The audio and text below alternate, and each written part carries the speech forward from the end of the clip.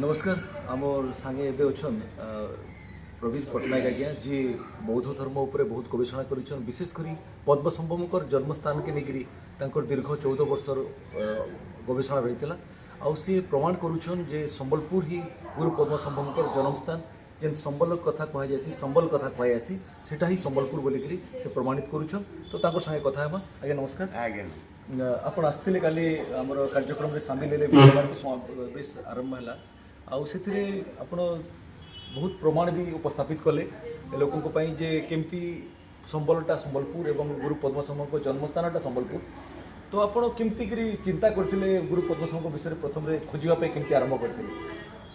खोजापी मु बहुत बौद्ध राष्ट्र मो कम करला भर जातिसंघ बहुत बौद्ध राष्ट्र प्राय सब बौद्ध राष्ट्र पृथ्वी बुली एवं बौद्ध धर्म प्रति मोर से दिन गोटे आटाचमेंट सृष्टि होता भावी नहीं से दिन जे मुझे कम छाड़ी खाली यारी उपर गवेषणा करी आ पढ़ी तेणु बहुत पृथ्वी जाक बौद्ध ग्रंथ जो जहाँ मिलूला मुझे कम कला भितर संग्रह कर 2010 मो कम सरिया पर तुरंत आपण अपरचुनिटी मिलला कौन से वर्ष ही दलाई लामा आसिले ओडिशा को कौन ना आप जिरांग गजपति जिलार जिरांगठार पद्म संभव महाविहार उद्घाटन कर आम जो महाबोधि सोसाइटी सागर संपृक्त महाबोधि सोसाइटी की भी सी सी आमको प्रकारांतर सी इंगित देले सी जेहेतु गोटे एत बड़ लोक सी सीधा कहीपारे कि प्रकारांतर इंगित देले गुरु पद्म संभव तिब्बतान परंपरा अनुसार सी होती ओडिशार किंतु समग्र पृथ्वीर जो बाहर विदेशी गवेषक विशेष भाव उपस्थापित कर सी गांधार प्राचीन गांधार उद्यान सात भैली उद्यान सहर तांकर जन्मस्थान आटा पाकिस्तान से जगार जेहेतु उपस्थापित कराई सी को विश्वास करने को राजी नुह तिब्बतीय परंपरा कौन गुरु पद्म संभव होती ओडिशार कहीं ना लामा तारानाथ जी तिब्बतीय लामा से 16 शताब्दी history of Buddhism in India लिखी तेणु सी जहाँ लिखी तथ्य सब से तिब्बतीय मानकर हितर अविश्वास कर कि ना कि आम भी अविश्वास कर कि ना क्रोनोलॉजी ठीक ना सी भी से बही जो तथ्य देती भी बुझाऊँ जे इंद्रभूति होती ओडिशार संभलटा हो गला गोटे जगटा गोटे कहीदेले हेनी जगटा सब आड़े समस्त क्लेम कर सी ओडिशार स्पेसीफिक कहीं आमको उडियान ओडी विश्व बौद्ध ग्रंथर ओडिशा दीटा शब्द प्रयोग कर दीटा एक सामान अर्थ प्रयोग होती अलग जगार प्रयोग होती कि दीटा एक गोटे यहाँ ही प्रमाणित कौन आप लामा तारानाथ इतिहास history of Buddhism in Odisha in India तेणु सी प्रकारांतर ये आह्वान देले ओडिशार बुद्धिजीवी आपण मानक निर्भर करमर ये सन्देहटा केमी विमोचन हम आपण ही आम सन्देह मोचन करेंगे आ समस्ते या गवेषणा कर लिखु गोटे जब भल बही लिखु मुझे छपी सी यहाँ को कहीकि जापर आम महाबोधि सोसाइटी डॉक्टर विमलेंदु महांती था आम Odisha president culture university vice chancellor थे सी आम समस्त की बसिक आमर आम ठीक है गोटे लिखा समस्त कहला कहीं एत तथ्य विरल जे गुरु पद्म संभव हूँ इंद्रभूति हूँ यही सामग्रिक भाव लक्ष्मीपरा हूँ ये विषय तथ्य विरल जहाँ एकमात्र तथ्य भित्तिक ग्रंथ होशा जी करते प्रोफेसर नवीन कुमार साहू 1958 मसीह थेसिस बुद्धिजीवी ओडिशा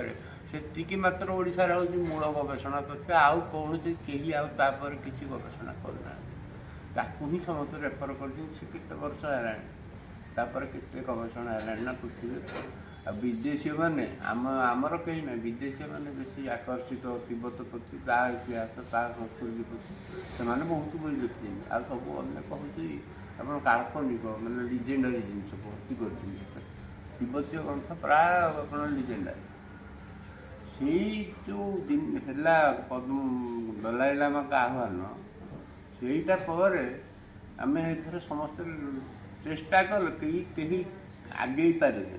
ମୁଁ ବି ନିଜେ ଆଗେଇ ପାରିନଥିଲି, କାହିଁକିନା ବୌଦ୍ଧ ଗ୍ରନ୍ଥ ଯଦି ଆପଣ ପଢ଼ିବେ ତାଙ୍କ ବିଷୟରେ କିଛି ପାଇବେ। ଆପଣ ଅନ୍ୟ ଗ୍ରନ୍ଥ ସବୁ ରିଲେଟେଡ଼୍ ସବୁ ଖୋଜିକି ବାହାର କରିବାକୁ ପଡ଼ିବ।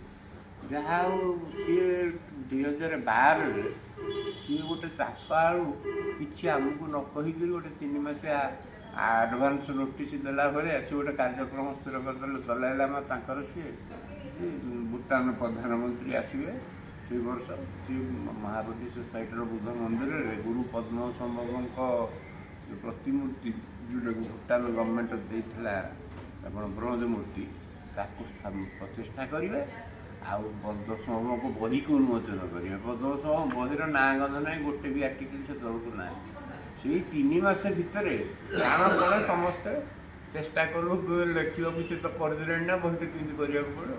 ସେ ଆସିବାର ଆଉ 7 ଦିନ ଅଛି। ଆପଣ ଗୋଟିଏ ଛୋଟିଆ ବହି ହେଲା ଭଳିଆ କିଛି ମେଟେରିଆଲ୍ ହେଲା 12 ଜଣ ସେଇଟାକୁ ହେଠୁ ତାଙ୍କ କାନକୁ ଗଲା ଯେ କେମିତି ଆଉ 7 ଦିନ ଅଛି, ଛପା ହେବ କେମିତି।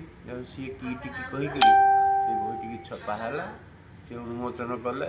ସେଇଟା ଗୋଟେ ଆପଣ ଇଣ୍ଟ୍ରୋଡକ୍ଟରୀ ଭଳିଆ ଜଷ୍ଟ ଗୋଟେ ସୂଚନା ଗୋଟେ ଦେବା କଥା ଗୋଟେ। ଏଇଟା କନକ୍ଲୁସିଭ୍ ହେଲାନି, କନକ୍ଲୁସିଭ୍ ହେବନି। ଏଇଟା ବିରାଟ ବିବାଦୀୟ ଜିନିଷ, ଆପଣ ଆନ୍ତର୍ଜାତୀୟ ବିବାଦ ଭିତରେ ରହୁଛି। ତେଣୁ ତା ପରବର୍ତ୍ତୀ ସମୟରେ ମୋ ସାଙ୍ଗରେ ସମସ୍ତେ ଲାଗିଲେ, କହିଲେ ତେମେ ଏକା ପୃଥିବୀ ଯାକ ବୁଲୁଛ, ଆଉ କରିପାରିବ, ଆମେ ଇଏ ନହେଲେ ହେବନି। ବିଶେଷ ଭାବେ ୟାଙ୍କ ପ୍ରେରଣାରେ ମୁଁ ସେଥିରେ ପଶିଲି, ନହେଲେ ପଶିନଥାନ୍ତି। ବିମଳେନ୍ଦ୍ର ମହାନ୍ତିଙ୍କ ପ୍ରେରଣା ମୋତେ ଆଉ ରଖେଇଦେଲେନି। ବହୁତ ଆପଣ ମୋତେ ବହୁତ କଷ୍ଟ କରିବାକୁ ପଡ଼ିଥିଲା 10-12 ବର୍ଷ। 14 ବର୍ଷ ଲାଗିଲା ବହିଟା। ମୋ ଦେହ ବି ତା ଭିତରେ 2 ବର୍ଷ ଖରାପ ହେଇଗଲା, ମୁଁ କିଛି କରିନି। ମୁଁ ତ 2010ରୁ 16 ପର୍ଯ୍ୟନ୍ତ ମୁଁ ଖାଲି ପଢ଼ିକି ମନ ସ୍ଥିର କରିନଥିଲି ଯେତେବେଳେ ବହି ଲେଖିପାରିବି ବୋଲି।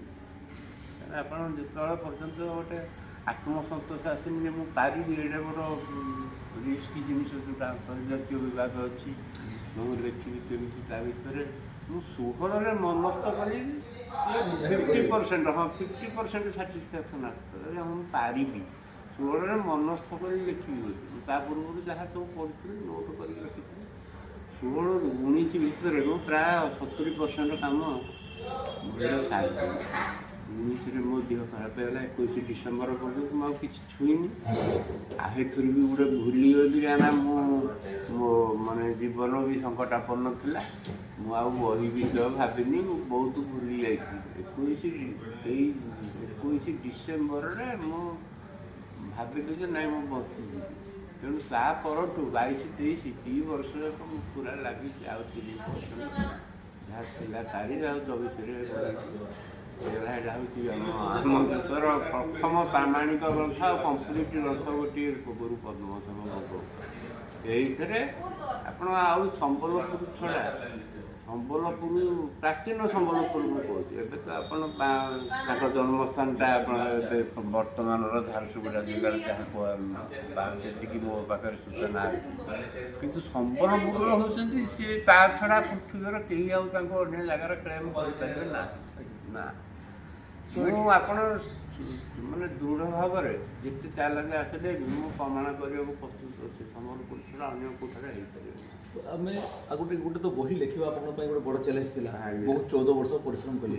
ଆପଣଙ୍କ ପାଇଁ ଆଉ ଗୋଟେ ଚ୍ୟାଲେଞ୍ଜ ଯେ ଯାହା ଲେଖିଛନ୍ତି ତାକୁ ଲୋକଙ୍କ ପାଖକୁ କେମିତି ପହଞ୍ଚିବେ। ଏଇଟା ଆପଣ ମୋର ବେଶୀ ଚ୍ୟାଲେଞ୍ଜ। ମୁଁ ଏଇଟା ଭାବିନଥିଲି ଆଗରୁ ଯେ ଏଇଟା ଗୋଟେ ମୋର ପାଇଁ ଚ୍ୟାଲେଞ୍ଜ ହେବ ବୋଲି। ଯଦି ବହି ଲେଖିଦେଲେ ମୋ କାମ ସରିଲା। ତାପରେ ଦେଖିଲି ଯେ ଆମେ ବହି ଲେଖିବାର ଉଦ୍ଦେଶ୍ୟ କ'ଣ? ବହି ଲେଖିବାର ଉଦ୍ଦେଶ୍ୟ ହେଉଛି ତାକୁ ପ୍ରତିଷ୍ଠିତ କରିବା। ଫ୍ୟାକ୍ଟ ହେଉଛନ୍ତି ଆମ ଦେଶର, ଆମ ରାଜ୍ୟର ଏବଂ ସମ୍ବଲପୁର ହେଉଛି ତାଙ୍କ ଆଜି ସ୍ଥାନ। ଏଇ ଯେଉଁ ଭ୍ରମଟା ଅଛି ଆନ୍ତର୍ଜାତୀୟ ସ୍ତରରେ, ଏଇଟା ଆପଣ ଭ୍ରମଟାକୁ ଦୂର କରି ସତ କଥାଟାକୁ ପ୍ରଚାର ପ୍ରସାର କରିକି ପ୍ରତିଷ୍ଠିତ କରିବା ହେଉଛି ଆମ ଉଦ୍ଦେଶ୍ୟ। ଆଉ ଲେଖିଦେଲେ ଉଦ୍ଦେଶ୍ୟ ପୂରଣ ହେବନି ନା। ଲେଖିବା ପରେ ଆମେ ସବୁ ଭାବିଲୁ, ସମସ୍ତେ ଆମର ଗୋଟେ ଅଛି ଗ୍ରୁପ୍, ଗୋଟେ ନବଗୁଞ୍ଜର ଗ୍ରୁପ୍ ଅଛି, ଯେଉଁମାନେ ଓଡ଼ିଆ ସାହିତ୍ୟ ସଂସ୍କୃତି କଳା ତାକୁ ଦେଶ ବିଦେଶରେ ଆପଣ କେମିତି ପ୍ରତିଷ୍ଠିତ କରାହେବ, ପ୍ରଚାର ପ୍ରସାର କରାହେବ। ଗୋଟେ ଛୋଟିଆ ଗ୍ରୁପ୍ଟେ ଅଛି, ବଡ଼ ଉଚ୍ଚ ସ୍ତରର ଲୋକ ସବୁ ଅଛନ୍ତି। ଆଉ ସେଇ ଗ୍ରୁପ୍ ମୋ ବହି ପ୍ରକାଶ ପାଇବା ପୂର୍ବରୁ ବି ୟା ପାଇଁ ଚିନ୍ତା କରୁନି ଆମେ ଯେ କେମିତି ଏହାର ପ୍ରଚାର ପ୍ରସାର ହେବ। ମୁଁ ଭାବିଥିଲି ମୁଁ ଏକୁଟିଆ କିଛି କହିପାରିବିନି ଆଉ ଯାହା ହେବ ଯେଉଁ ବହିଟା ବାହାରି ପଡ଼ୁ ଆଗ ଦେଖିବା ସେତେବେଳେ କ'ଣ ହେଉଛି ସମସ୍ତେ ଦାୟିତ୍ୱ ନେବେ। କିନ୍ତୁ ସେ ନବଗୁଞ୍ଜର ଏବେ ପର୍ଯ୍ୟନ୍ତ ଯେତିକି ପ୍ରଚାର ପ୍ରସାର ହେଉଛି ସେଇ ନବଗୁଞ୍ଜର ସାଙ୍ଗରେ ଆମେ ଯେଉଁମାନେ ଆସୋସିଏଟେଡ଼ ତାକୁ ନେଇକିରି ଆମେ ଏତିକି ଦିନ ଦେଖନ୍ତୁ ବହି ବର୍ଷେ ବି ପୂର୍ଣ୍ଣି ହେବାର ନାହିଁ କିନ୍ତୁ ବହି ମାନେ ବହି ଏବଂ ଏଇ ପ୍ରସଙ୍ଗ ବହିର ପ୍ରସଙ୍ଗଟା ପ୍ରାୟ ଆନ୍ତର୍ଜାତୀୟ ହେଇସାରିଲାଣି। ହଁ ଏଇନେ ଲେଖିଛି ମାଙ୍ଗୁମ ଏଇ ଯେଉଁ ସମ୍ବାଦର ଏବେ ଯେଉଁ ନ୍ୟୁଜ୍ ମୋତେ ବରଗଡ଼ରୁ କିଏ ପଠେଇଲା ସକାଳୁ ସେଇଥିରେ ମୁଁ ଦେଖିଲା ବେଳକୁ କମେଣ୍ଟ କରିଛି ମୁଁ ସେଇଟାକୁ ଦେଇଦେଲି କେଉଁଥିରେ କନକ୍ଲେଭରେ।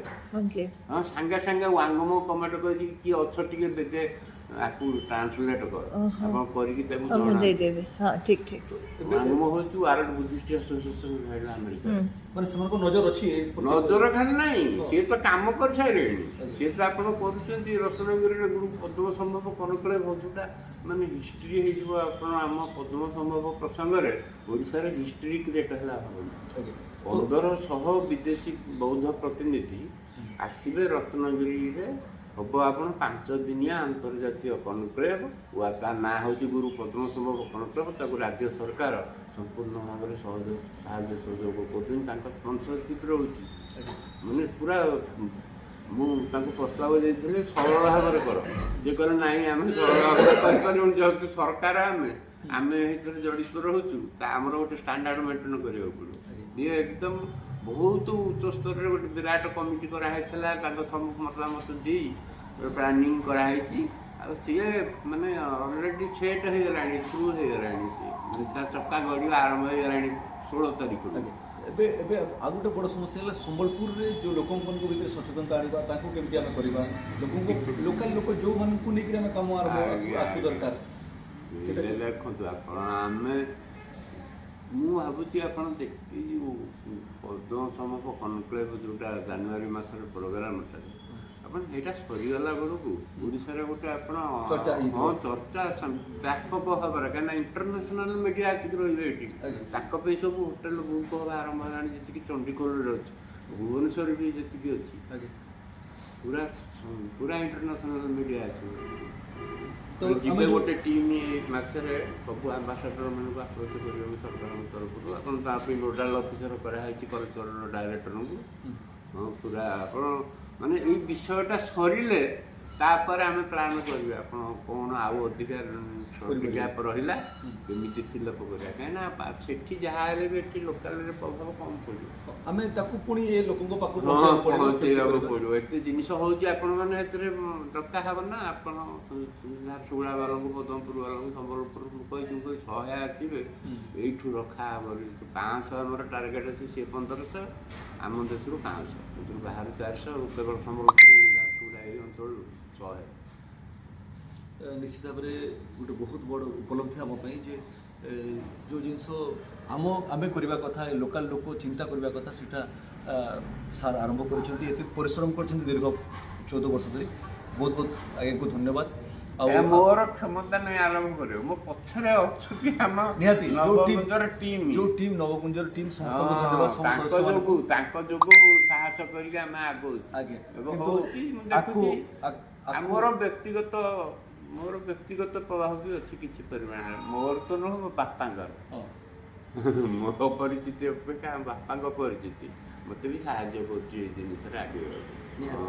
ତ ଆମେ ଆଶା କରୁଛୁ ଯେ ଆଗାମୀ ଦିନରେ ନବଗୁଞ୍ଜର ଟିମ୍ ପୁରା ଯିଏ ଅଛନ୍ ମହାବୋଧି सोसाइटी समस्त को लेकर संबलपुर अंचल झारसुगुड़ा अंचल में इतने आखे कार्यक्रम करमा जहाँद्वारा लोक मैंने तार विषय अधिक जानीपारे। बहुत बहुत धन्यवाद।